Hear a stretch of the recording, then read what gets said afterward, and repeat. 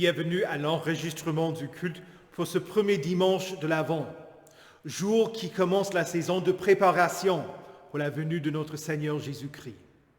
Nous commençons avec l'introïde.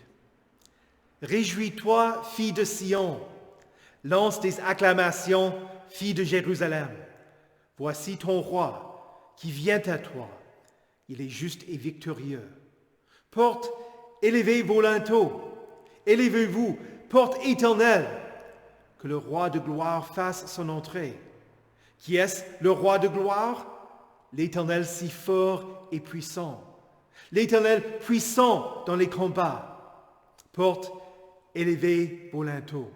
Élevez-les, porte éternelle, que le roi de gloire fasse son entrée. Qui est donc ce roi de gloire?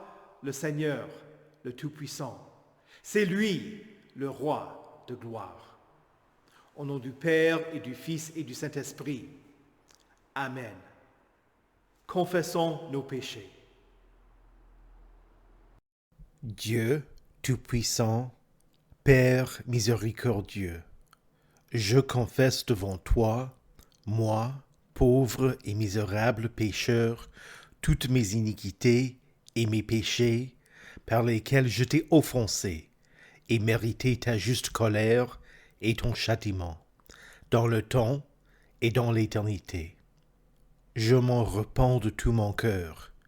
Je regrette sincèrement de les avoir commis, et je te supplie, par ta grâce infinie, et par les souffrances amères et la mort innocente de ton Fils bien-aimé, Jésus-Christ, mon Seigneur, de m'accorder ta grâce et ta miséricorde. Amen. Jésus a été accueilli le dimanche des Rameaux avec les gens chantant Hosanna, béni soit celui qui vient au nom du Seigneur. Le mot Hosanna veut dire sauve-nous. Voilà la raison pour laquelle Jésus est entré dans la ville. Parce qu'il visait la croix. Il avait comme objectif qu'il allait mourir, pas seulement pour les Juifs, mais pour nous tous. Et donc, je vous annonce la grâce de Dieu. Jésus est mort pour vous. Il a pris sur lui-même vos péchés. Et donc, vous êtes sauvés. Il a exaucé votre prière. Allez en paix. Par la foi en Jésus seul, vous êtes sauvés. Vous êtes pardonnés. Amen. Prions.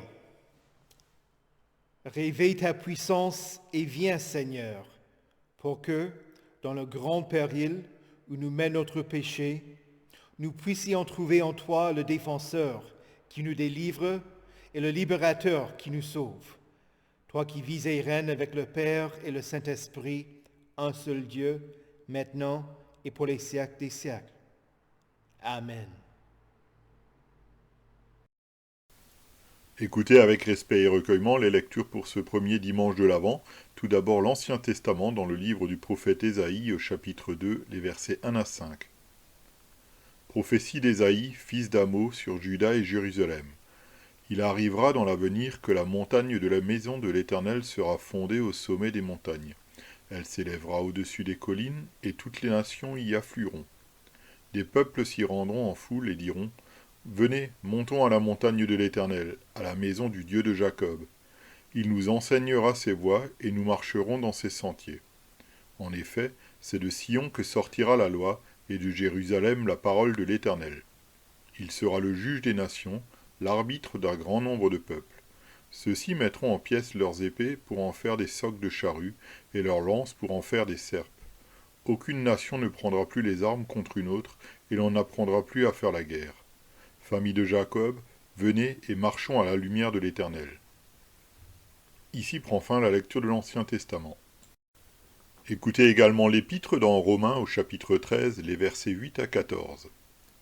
Ne devez rien à personne si ce n'est de vous aimer les uns les autres, car celui qui aime les autres a accompli la loi.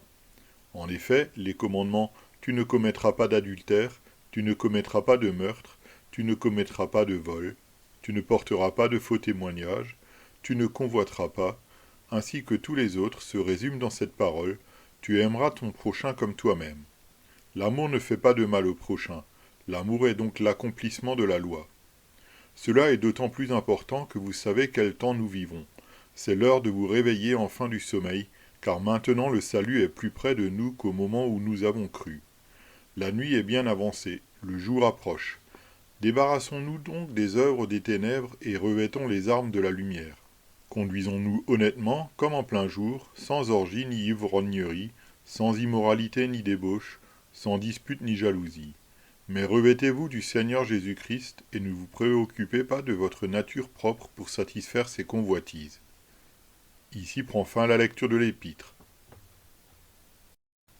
Écoutez enfin l'Évangile dans Matthieu au chapitre 21, les versets 1 à 11.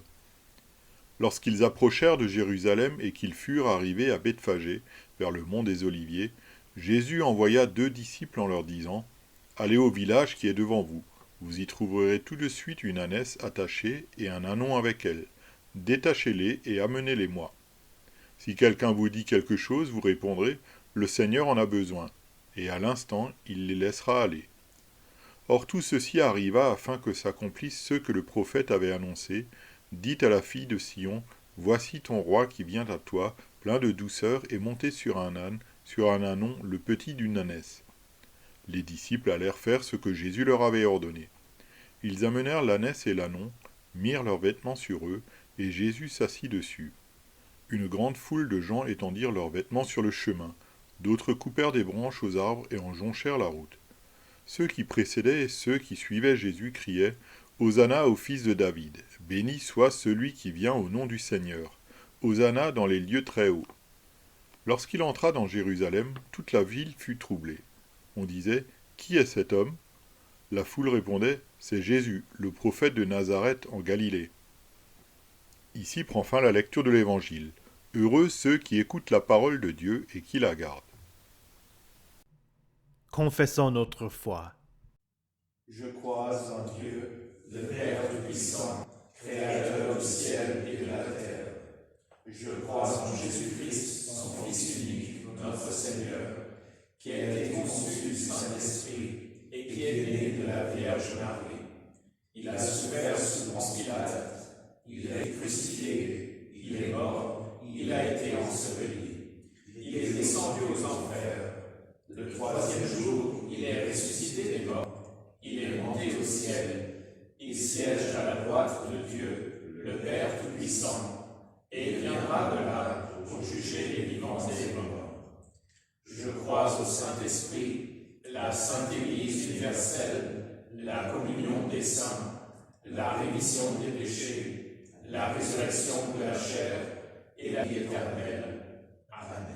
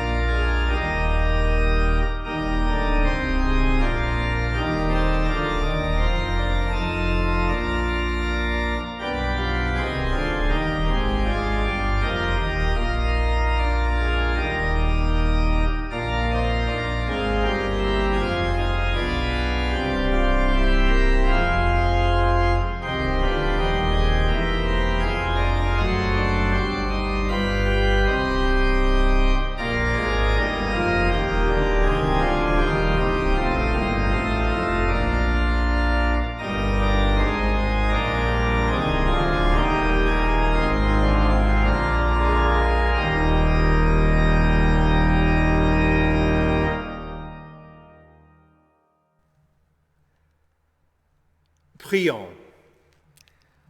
Seigneur Jésus, tu nous dis de veiller et de prier parce que nous ignorons quel jour tu reviendras et nous avons besoin d'être prêts pour le jour où nous apparaîtrons devant ton trône.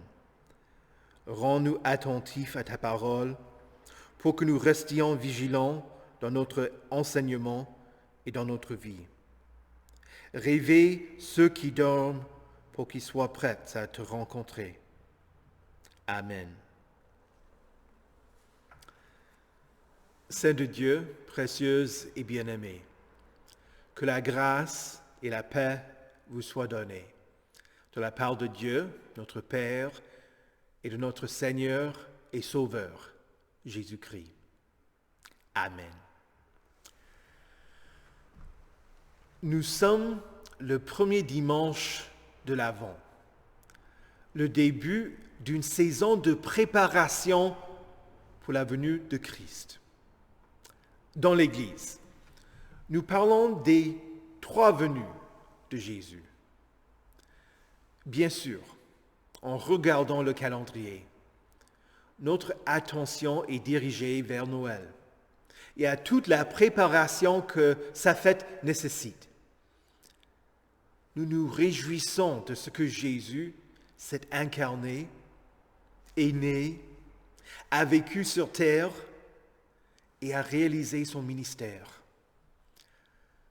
Un autre aspect de sa première venue, c'est son arrivée à Jérusalem le dimanche des Rameaux.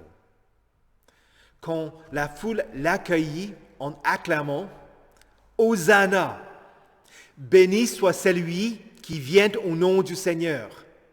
Voilà, nous avons la venue de Jésus.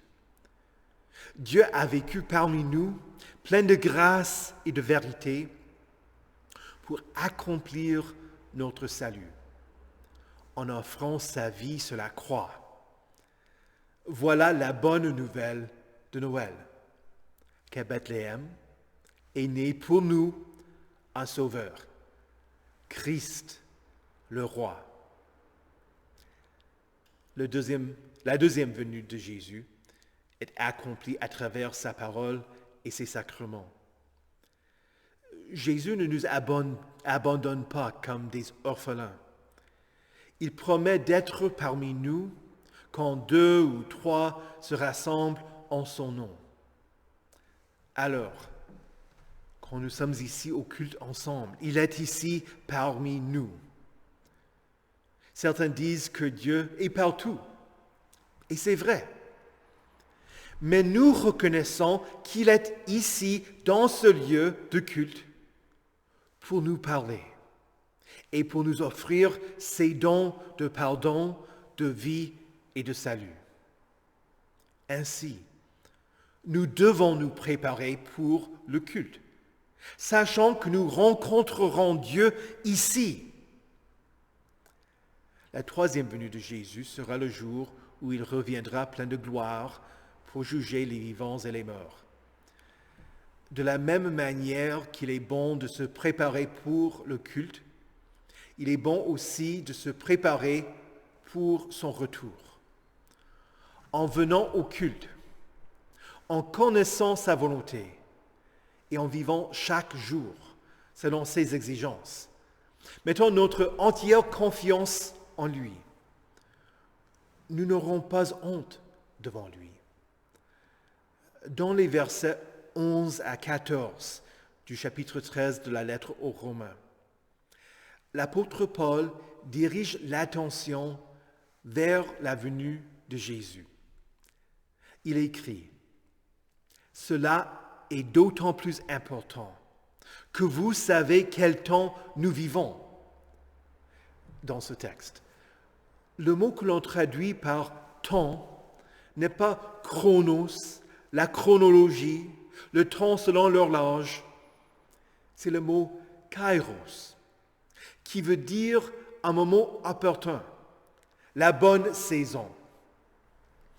Quand Paul dit « Vous savez quel temps nous vivons ?» la réponse n'est pas le mois, l'an ou même la décennie du retour de Christ. Dieu ne donne pas de date cible pour son retour. Il révèle que nous vivons l'ère du Nouveau Testament, de la nouvelle alliance avec lui, la saison de sa grâce. Nous avons un Sauveur victorieux. Et bien que nous ne sachions ni le jour ni l'heure de son retour, nous avons la promesse que Jésus ne tardera pas. Ainsi, nous devons être prêts, sachant que nous vivons les derniers temps, et ce, depuis l'ascension de Christ. Il n'y a rien qui empêche son retour, mais il est patient, voulant que personne ne soit perdu. Nous savons ce que c'est que d'être désorienté par le temps. Avez-vous jamais oublié le décalage horaire et êtes arrivé trop tôt à l'église? Quand j'avais 7 ans, mon père m'a déposé devant l'église pour que j'assiste à l'école du dimanche. J'étais très surpris quand j'ai compris que le pasteur y était seul, qu'il fallait attendre pour l'enseignant, pour mes amis. Ou peut-être que vous avez été malade et vous vous êtes endormi vers 16 heures de l'après-midi. Quand vous vous êtes réveillé, vous avez regardé dehors et avez vu que tout était noir. Vous vous êtes demandé, quelle heure est-il? Et vous avez regardé l'horloge. En la regardant, vous ne savez pas si vous vous êtes reposé pendant 2 heures et qu'il est 18 heures, ou bien si vous avez dormi toute la nuit et qu'on est 6 heures du matin. Il vous aurait fallu une autre source d'information pour vous situer. Dieu ne nous laisse pas dans l'incertitude spirituelle en ce qui concerne les temps. Faut-il penser au retour de Christ? Vivons-nous dans les derniers temps? La réponse est toujours oui. Paul écrit, c'est l'heure de vous réveiller enfin du sommeil.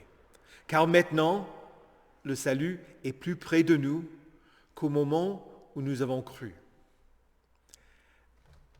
Si vous vous êtes réveillé à l'aube, quand le soleil est foncé, quand le ciel est foncé, quand les premiers rayons de lumière rose et orange sont visibles à l'horizon, même si vous ne regardez pas votre réveil matin, il est évident que le jour arrive.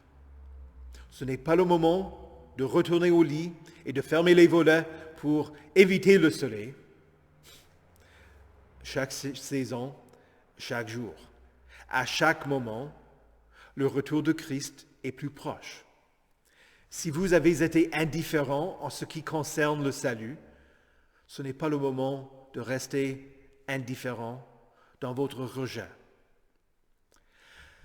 La tentation, c'est de ne pas voir le spirituel comme étant important, de l'ignorer, de reporter les choses de Dieu jusqu'à ce que nous ayons plus de temps. C'est une lutte perpétuelle. Mais il n'y a aucune garantie que nous aurons encore du temps. C'est la raison pour laquelle Dieu nous enseigne à sanctifier le jour du repos.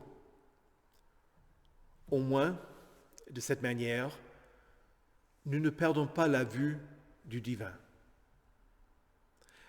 Je sais qu'il faut que je dispose d'un temps régulier pour lire une méditation et pour prier. Et encore, Paul écrit, « Rachetez le temps car les jours sont mauvais. » Souvent, j'écoute des enregistrements de sermons ou d'études bibliques quand je promène le chien ou quand je conduis. Je connais des gens qui écoutent des enregistrements de la Bible quand ils s'engagent.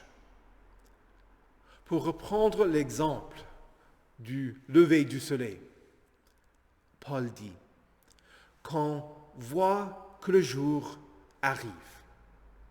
Alors, c'est préférable de commencer le jour tôt, de dire « D'accord, je suis déjà réveillé, je vais commencer ma journée. » Pour faire le pont entre notre foi et ce sujet, Jésus n'est pas encore venu en gloire, mais nous savons qu'il arrivera bientôt. Alors, vivons comme son peuple. Il nous a promis la vie éternelle.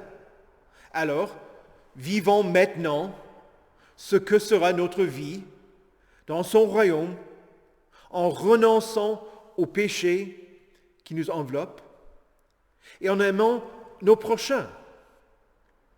Le verset 8 du texte dit « Ne devez rien à personne, si ce n'est de vous aimer les uns les autres. »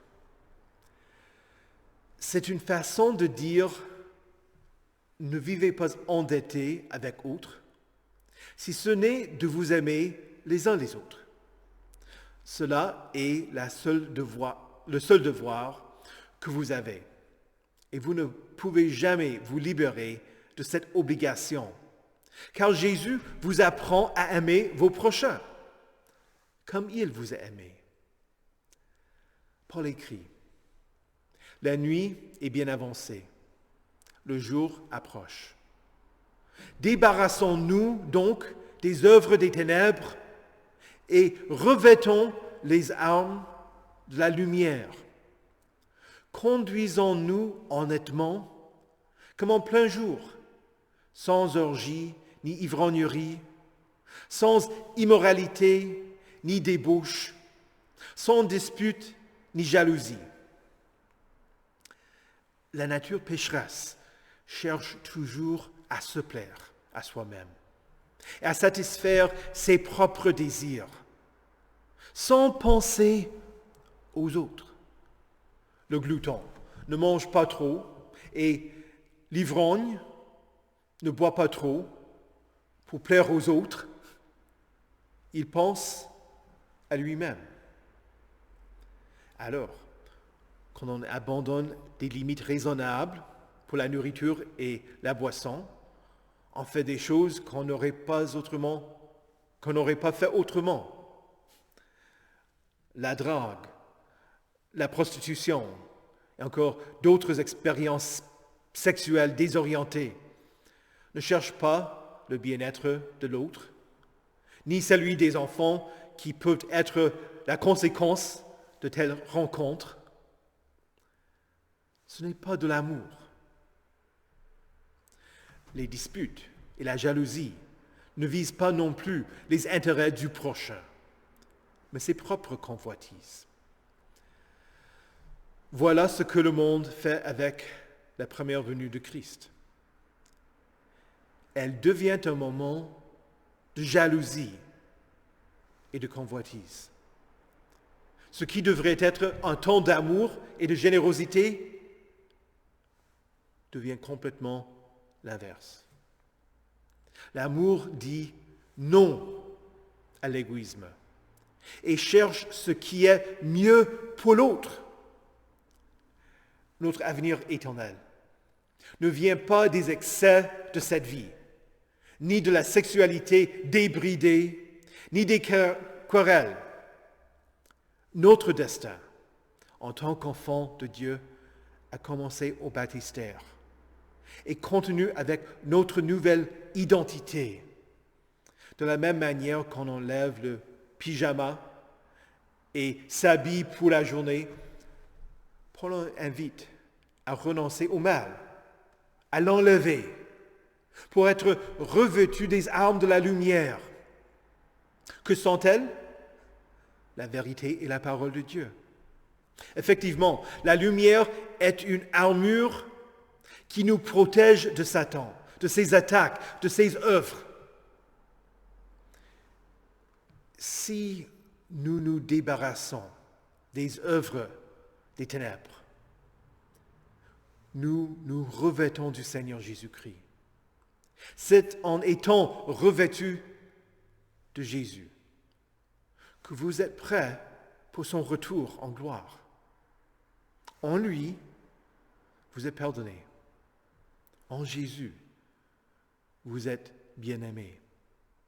Maintenant, le salut est plus près de vous qu'au moment où vous avez cru. Voici maintenant le moment favorable. Voici maintenant le jour du salut. Au nom de Jésus. Amen. Que la paix de Dieu, qui surpasse toute intelligence, garde vos cœurs et vos esprits en Jésus-Christ pour la vie éternelle. Amen. Prions pour toute l'Église de Dieu en Jésus-Christ, ceux qui ont été rachetés et sanctifiés par l'œuvre de Dieu. Prions aussi pour ceux qui ne connaissent pas le Seigneur et qui ne mettent pas leur confiance en lui. Loué sois-tu, Père, Fils et Saint-Esprit. Tes œuvres sont admirables et expriment ta bonté et ton amour envers nous. Ô Dieu de grâce, le prophète Ésaïe annonça ton règne en disant que les peuples allaient monter à ta montagne, pour que tu leur enseignes tes voies et pour qu'ils marchent dans tes sentiers. Nous te rendons grâce de ce que ta sainte parole soit venue jusqu'à nous. Et nous te demandons de conduire nos proches et nos voisins vers ton Église, pour qu'ils connaissent la voie qui mène à la vie, afin qu'un jour, nous montions tous à la Jérusalem céleste. Seigneur, dans ta miséricorde, écoute notre prière.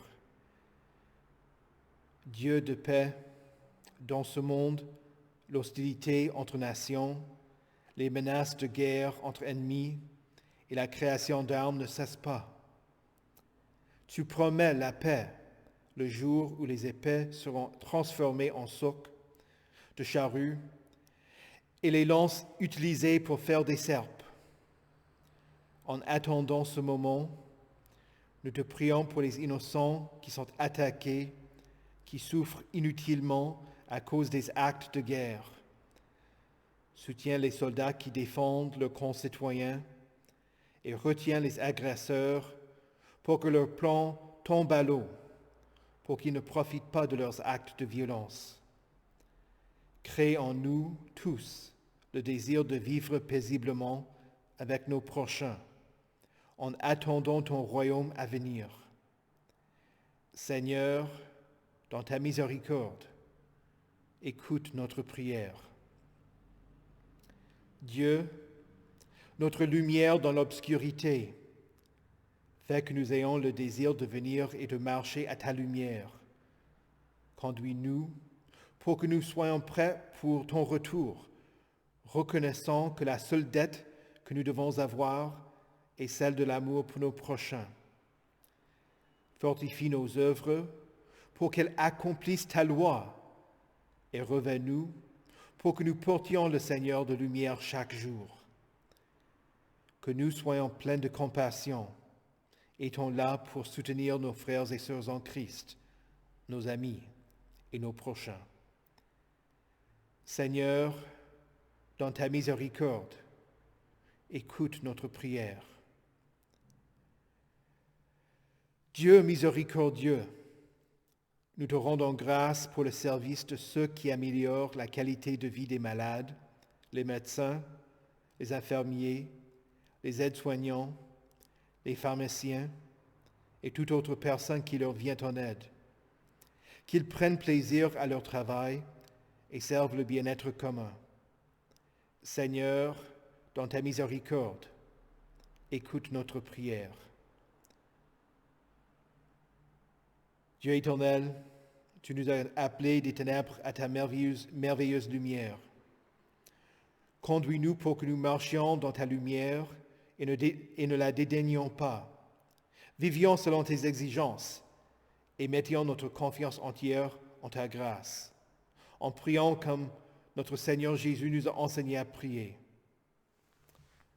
Notre Père, qui es aux cieux, que ton nom soit sanctifié, que ton règne vienne, que ta volonté soit faite sur la terre comme au ciel.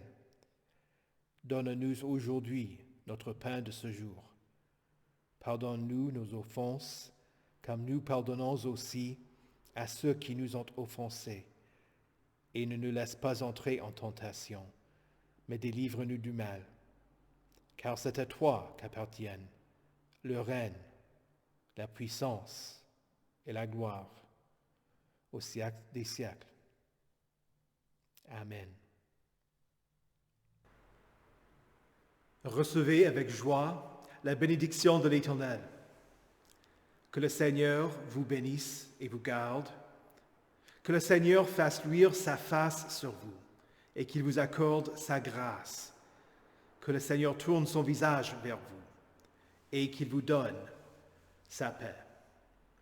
Amen.